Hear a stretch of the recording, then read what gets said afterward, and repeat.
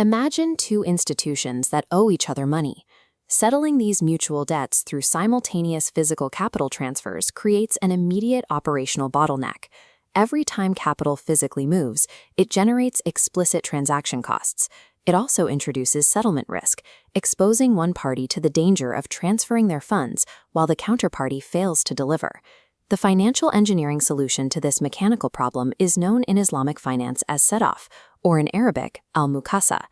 Set-off is the direct adjustment and cancellation of mutual debts against one another. It removes the need for bidirectional payment flows.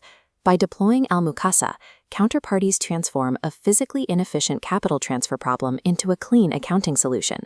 To apply this mechanism safely, Islamic financial institutions rely on a definitive framework, AAOIFI Shariah Standard No. 4. The scope of this standard is specific. It is exclusively focused on the settlement of obligations through set-off. It excludes mechanisms like debt transfer, rules for debt forgiveness, or the cancellation of contracts. Islamic finance allows for operational flexibility, but never at the expense of Sharia principles. To maintain that integrity, the legal boundaries are rigid. Standard No. 4 operates as an operational rulebook. It ensures mutual obligations are resolved without triggering Sharia violations. We can observe how this works using a first principles model. Consider two counterparties, Ahmed and Bilal, who hold mutual obligations to each other. Ahmed holds a $1,000 liability pointing to Bilal, while Bilal holds a $700 liability pointing back.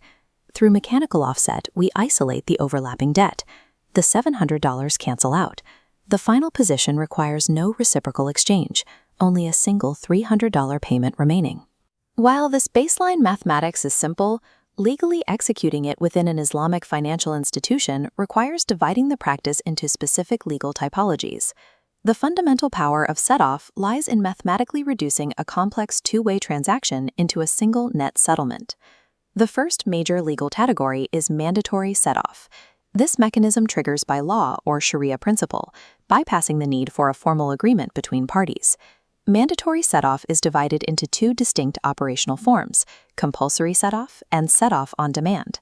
Compulsory set-off is the automatic cancellation of debts when two counterparties hold identical obligations to each other.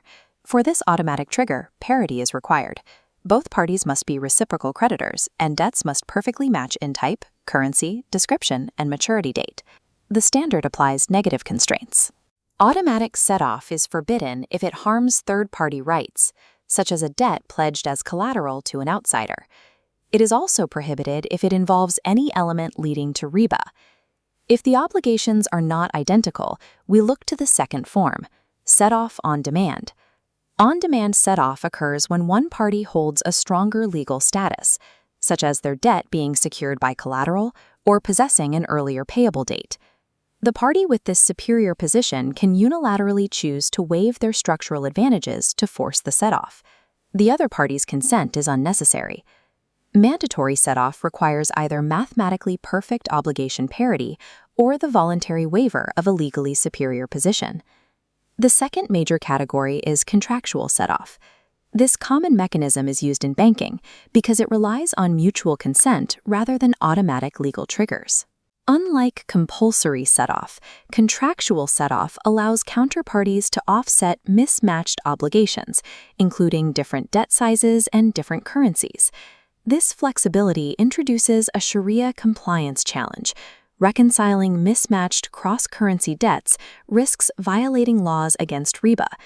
The standard dictates a rule for resolving this mismatch. If currencies differ, the exchange and set-off must use the current market exchange rate at the precise moment of actual settlement. Fixing the exchange to the immediate spot market rate prevents counterparties from manipulating exchange rate delays to create hidden forms of riba. Counterparty are permitted to make future promises for contractual set-off, provided that all Sharia conditions and exchange rules are met on the execution date.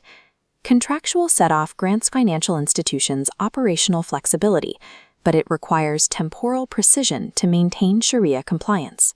These legal mechanics translate directly into the daily operations of modern banking.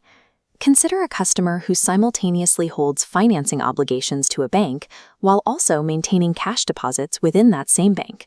The bank utilizes these contractual set-off rules to internally adjust these opposing balances against each other. This application removes the need for redundant payment routing.